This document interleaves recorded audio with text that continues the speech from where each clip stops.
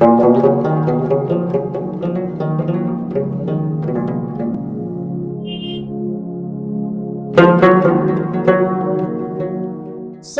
نیکې هیلې احترامات د وصال میډیا د ټولنیزو پاڼو درنو لیدونکو کتونکو تاسو ته سلامونه نیکې هیلې وړاندې کوم. امید چې روغ او جوړ اوسئ. د ولس غږ خپرونې ته تاسو ته ښه راغلاست وایم او نن راغلي یو د سرتپې کارتینو سیمې ته.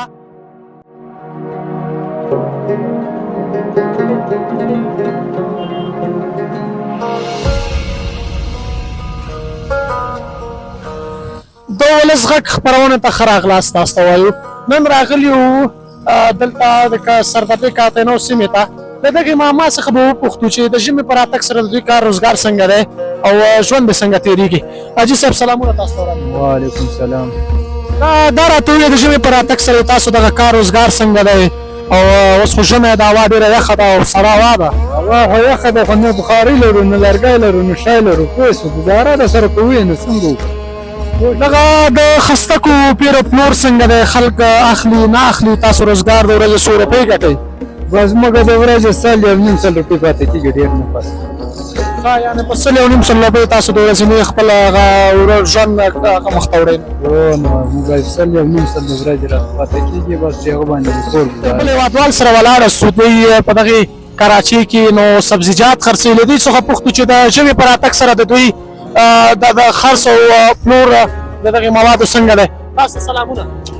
داسې ده چې حاجي صاحب سلام علیکم. داسې ده چې دا غریبي ده، دغه ګاډي موډي د کاروبار کوو، مثلا پیاز کچالو لیمون دا شیان خرڅوو. دغه پیر او پلور څنګه دی؟ مشتریان څنګه دي؟ خلک مشتریان هم شکر ښه ده. مقصد دغه کې نصیب ده زه خورم، ګهی راځم مازدیګر ځم کور ته، مجبور یم که څه وکړم، خو د نفقه یې داریم فرض ده. یعنې بازارونه څنګه دي په ژمي کې؟ بازارونه خوند نشته، خو دولتي نشته. خو هغه ده اوس خلکو لږ لرګی اخلي او د شیان اخلي. مخکې خالي د ډوډۍ غم و، اوس هم لرګی اخلي هم ډوډۍ او کاروبار هم ضعیف شوی ده. خلک اوس بیکار شوي ده، لږ زمه ده کاروبار نشته. اوس وایي د لرګیو کاروبار او پیسې جګې شوي د لرګي په ډېر قیمت ګران شوي دي. نو تاسو کولی شئ چې دغې ژمي کې ځان ته به د لرګي څه هغه بندوبست وکړئ په دغې کاروبار کې څه کېږي؟ د ورځې څونه عاید لرئ تاسو؟ والله خامخا الحمدلله شکر ده، ناشکري نه کوو. هغسې حال مقرر شوی ده، هغه الله رسوي پوه شوې.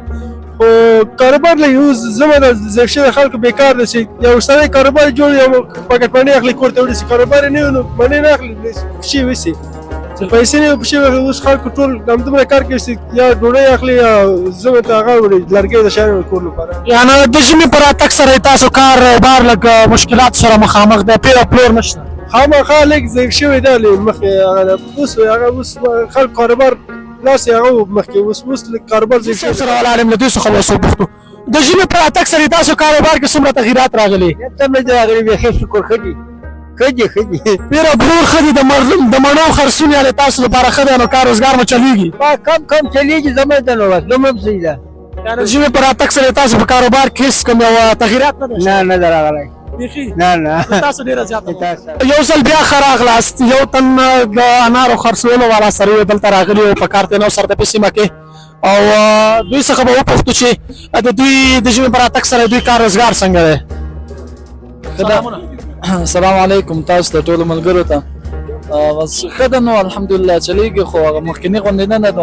اوړي کې چې خرڅېده مالونه خرڅېدل خو اوس هغسې نه ده. نو خدای هم شکر د الله نه راضي او شکر د الحمدلله.